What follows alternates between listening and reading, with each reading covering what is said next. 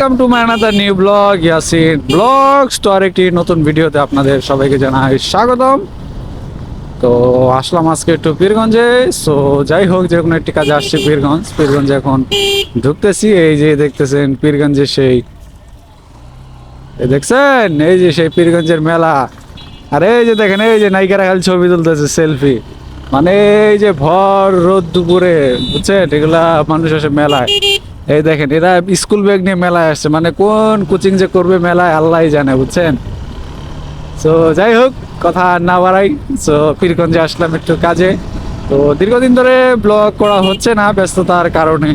আর আগে যে ভিডিওগুলো ক্লিপ করা ছিল, মানে রেকর্ডিং করা ছিল ক্যামেরায়, তো সময় সাপেক্ষের অভাবে মনে করেন সেগুলো আর তৈরি করতে পারিনি ব্যস্ততার কারণে। তো যাই হোক, চেষ্টা করবো আস্তে আস্তে ধীরে সুস্থে আপনাদের মাঝে ভিডিও নিয়ে আসার জন্য। যে গরম পড়ছে, মানে সেই লেভেলের গরম, একবারে চামড়া টামড়া পুরে ছাই হয়ে যাইতেছে, এমন অবস্থা।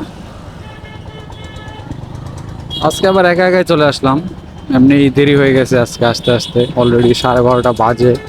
আর রাস্তাও তো মনে করেন বহু দূরের রাস্তা, অনেক দূর দূরান্ত যেতে হবে।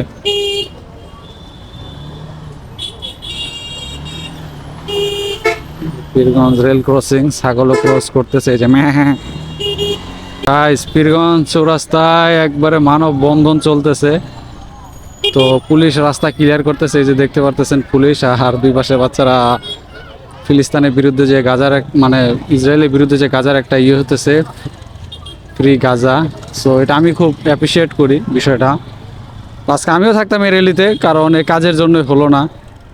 তো যাই হোক, আল্লাহ ফিলিস্তিনের মানুষদেরকে রক্ষা করুক।